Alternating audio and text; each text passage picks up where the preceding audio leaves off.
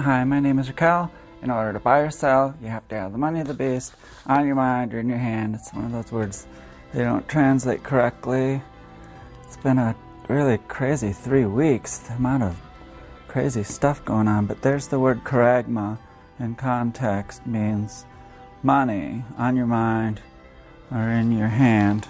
And here's the Greek English lexicon from Liddell and Scott, and it shows you that the charagma means the impress on the coin or stamped money coin. So let's see what the week started off with this month. Well, 3 weeks since I was here. I can't remember the exact date, but this debt ceiling and the drought and the American debt is now like 100% of our gross domestic product, and they're not even telling us that like this Medicaid or Medicare, right? Medicare is like trillions of dollars going to be in debt in the future. It's just not possible to pay it all. So like, who's responsible for all this? Most of it is George Bush. This shows you like all $6 trillion was added under George Bush's presidency, and there's Bill Clinton's and George Bush Sr., Ronald Reagan, and then before Reagan there was like $1 trillion. So it's like George W. Bush has totally ruined this country. He's like, with 9/11 and allowing, how could a plane possibly hit our Pentagon? We have like the best military in the world. And they weren't watching the radar of planes coming around that, but they also were hit in New York already, and they should have known this thing was coming. Why did they allow something to crash into the Pentagon? Well, it's to get us involved in these wars. And, like these children are starving in Somalia. There's like more than 500,000 Somali children are on the verge of starvation. And like, why are we in Libya or Iran or Iraq? And Iran, not yet, but it's like Afghanistan. It's the drugs, the heroin and the oil, but there's no profit in going in here to save people that are dying. I mean, there's a civil war going on in Somalia, and there's a civil war going on in Libya, and there's a civil war going on in Syria, but we choose to go into Libya. And as I've been telling you, Gaddafi is one of those people that believes in eliminating money. It's like everybody who believes in eliminating money gets slandered. If you Google the gospel of eliminating money, you can see a lot of these quotes that I have here, and that's Gaddafi, the populist leader of Libya, wrote about when there's an abundance, there's no reason to have to divvy and hoard things. And with modern machinery, it transforms society to a point where money becomes superfluous, and there will be no need for money. And Friedrich Engels said practically the same thing here, that money would become superfluous. And it's like anybody who believes in eliminating money, even Jesus said you can't serve God or money. You'll either love the one or hate the other, or hold to the one and despise the other.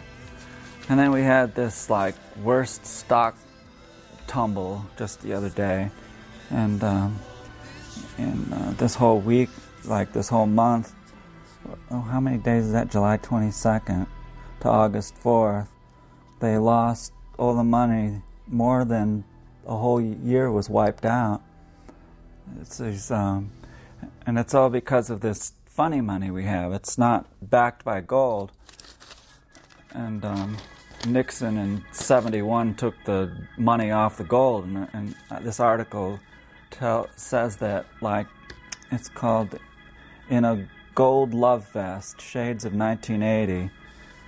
And they bought up a lot of gold. I guess they were scared of, I don't remember what. Maybe they explain in this article. But they're saying that the debt that we have today wouldn't be possible if we had a gold standard. Because, it's just like totally unpayable. It's, like I was saying, this Medicaid is unfunded, and these politicians, I don't know what they're thinking. They must be totally crazy to think about going in there and giving. Well, Bush gave away all these drug benefits to these older people. It's like the older people are really screwing the younger people and leaving horrible debts to them.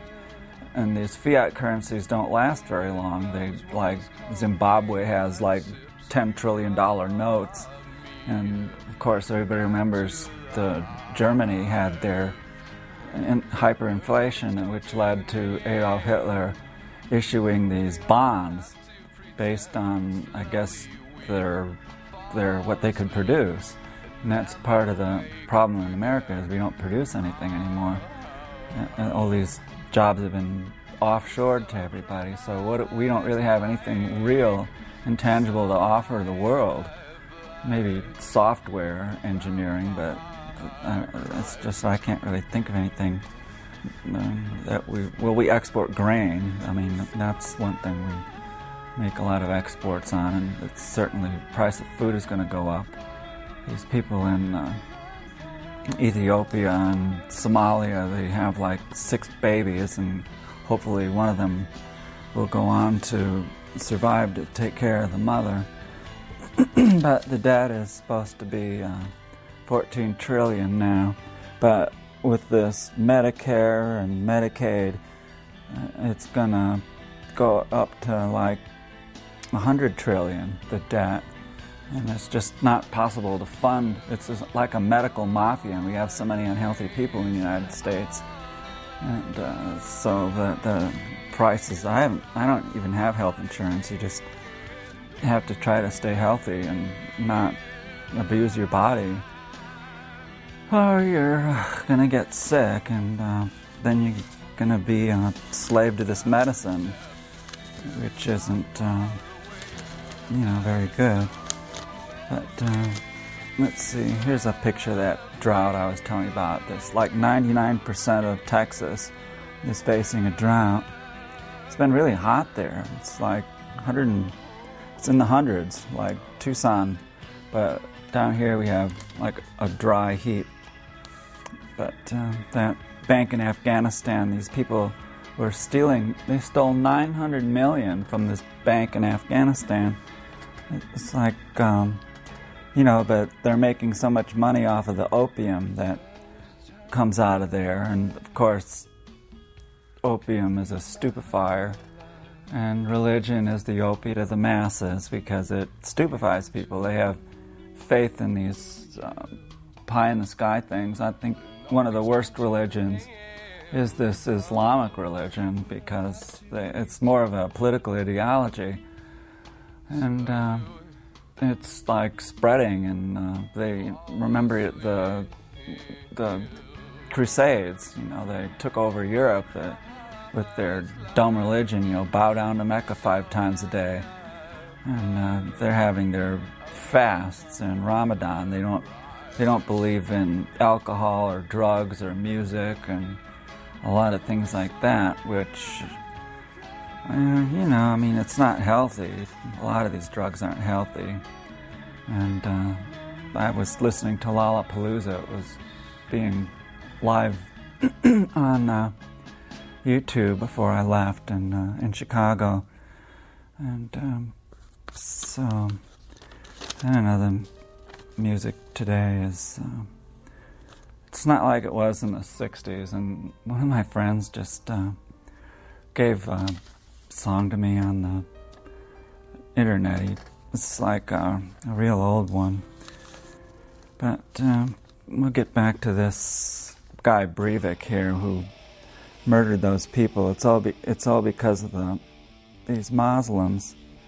And that's really kind of that's part of the predicament here too, is we have to import all these slaves.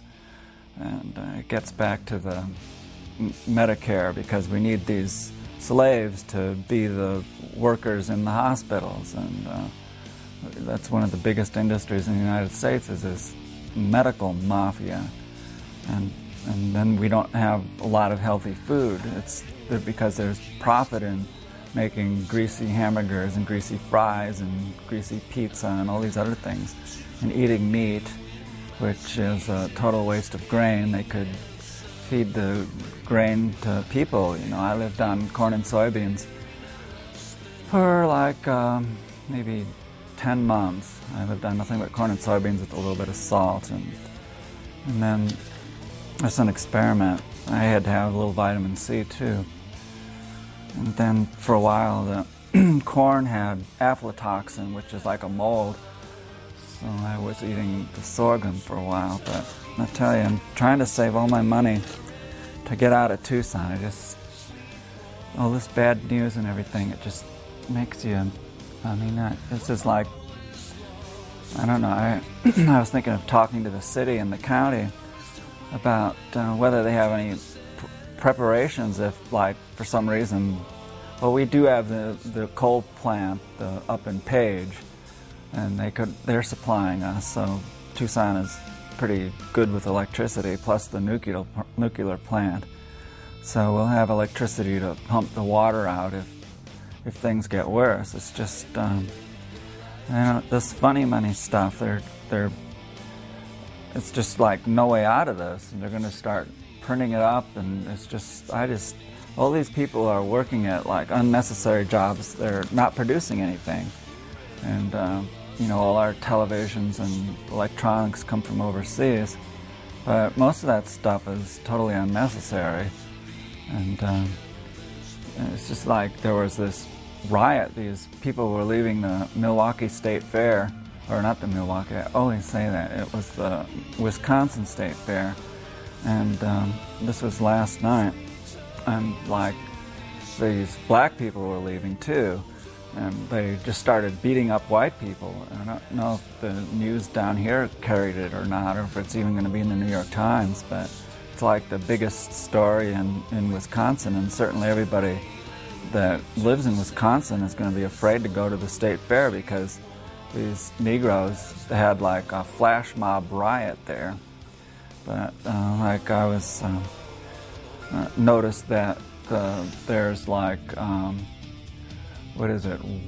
in 11 blacks black males is on probation, parole, or in jail, and it's like I think it's 5% versus 1% of the whites and 2% of the Hispanic males.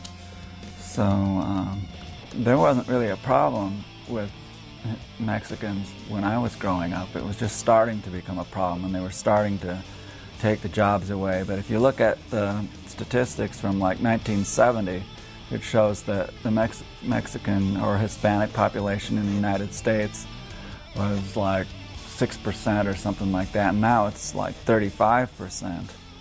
And so these people are brought into this country to be the slaves, to pick the food and to mow the lawns and take care of the old people when they retire, because there's not enough people working to take care of all these people. And the baby boomers are going to be retiring. Like Social Security started out with like, 6 workers taking care of 1 worker, and now it's down to like 2. And so it's just not feasible unless we change our medical system somehow to make people healthy. I think if we eliminated money, it would get rid of a lot of these things like,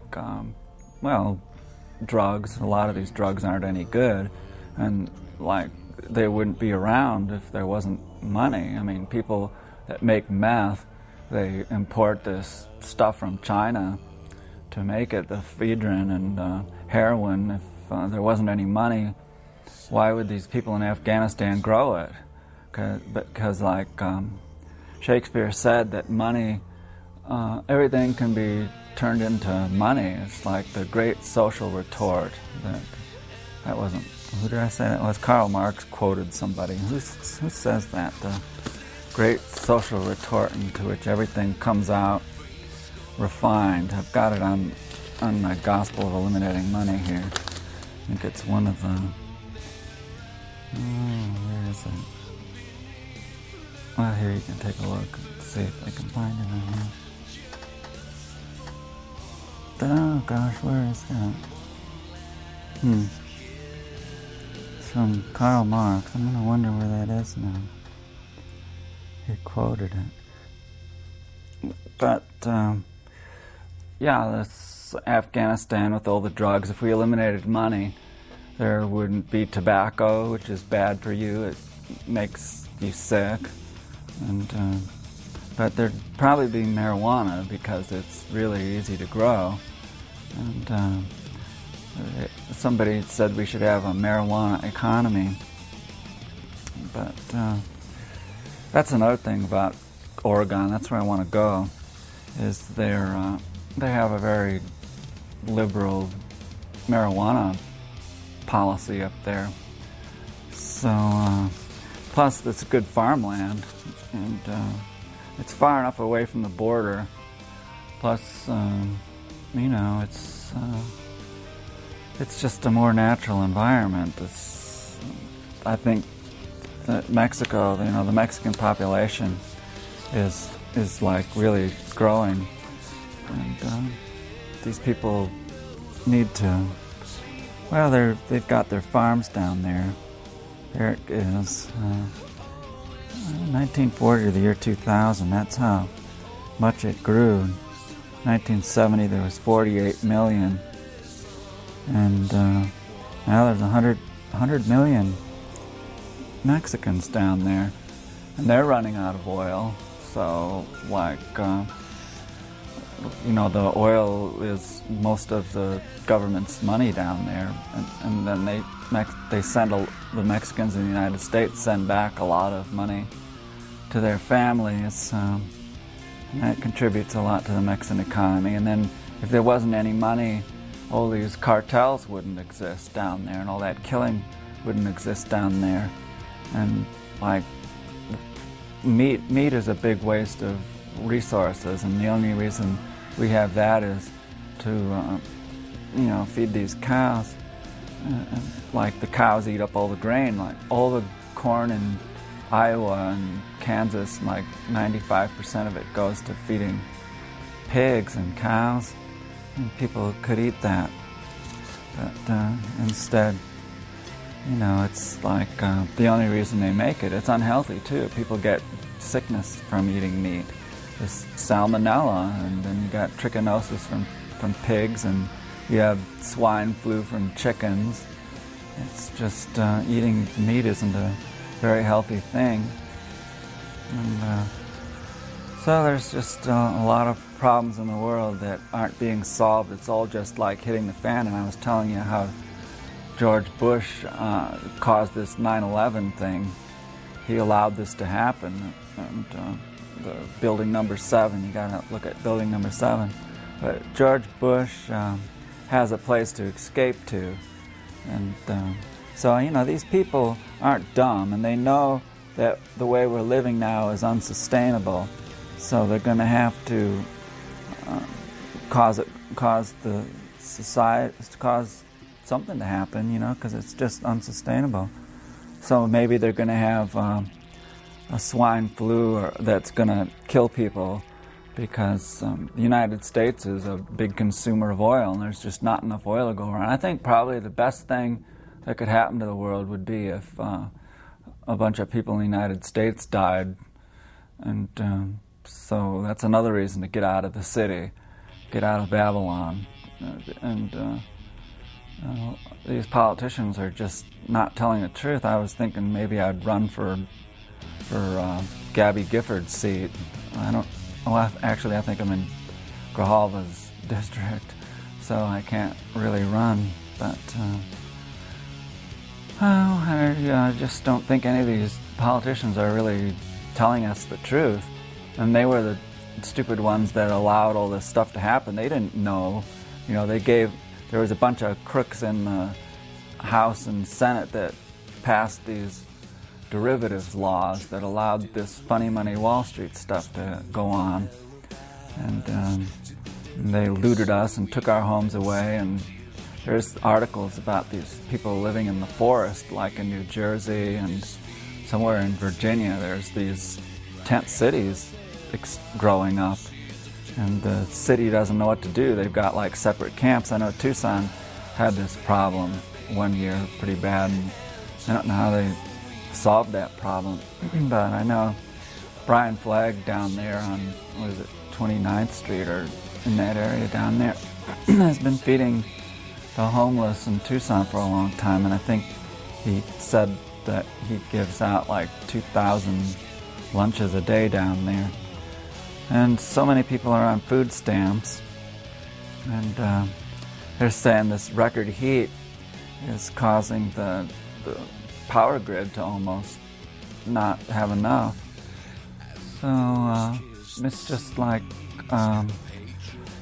you know, it's like something's got to happen, and they're not really telling us, but they're kind of giving us ideas, because there's this new show coming out that's going to show it. Like, it probably won't last long, but enough people will get the point that there could be some kind of a virus. No, this is going to be a movie. That's what it is.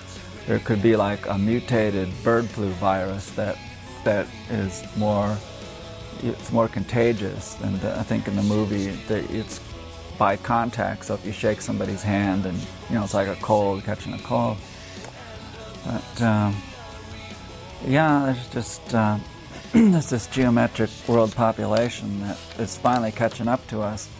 It wasn't that bad when my dad was growing up. You know, there was like 2 billion people in the world, and now there's almost 9 billion. You can see the way it's just gotten out of hand here.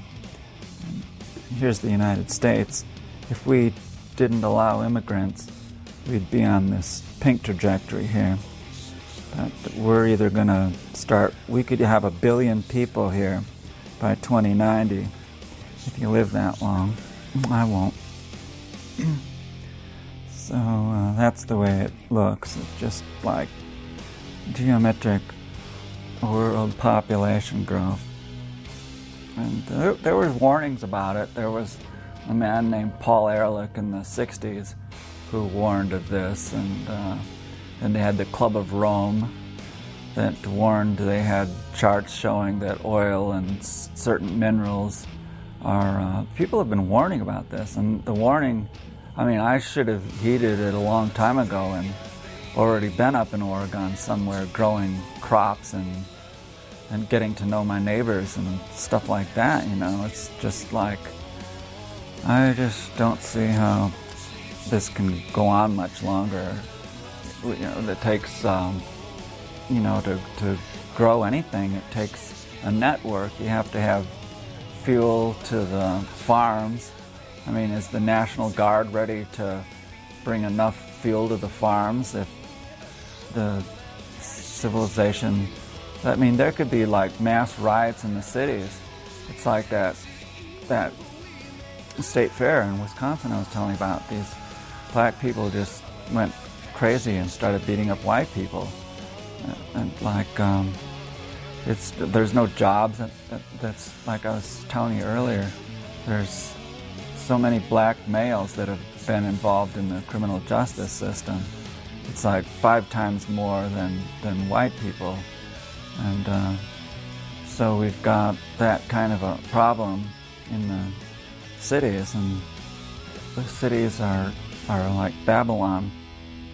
And there's been, I'm not really that religious, but you know, it's happened before that, you know, with this fiat currency I was telling you about and the hyperinflation, most currencies don't last.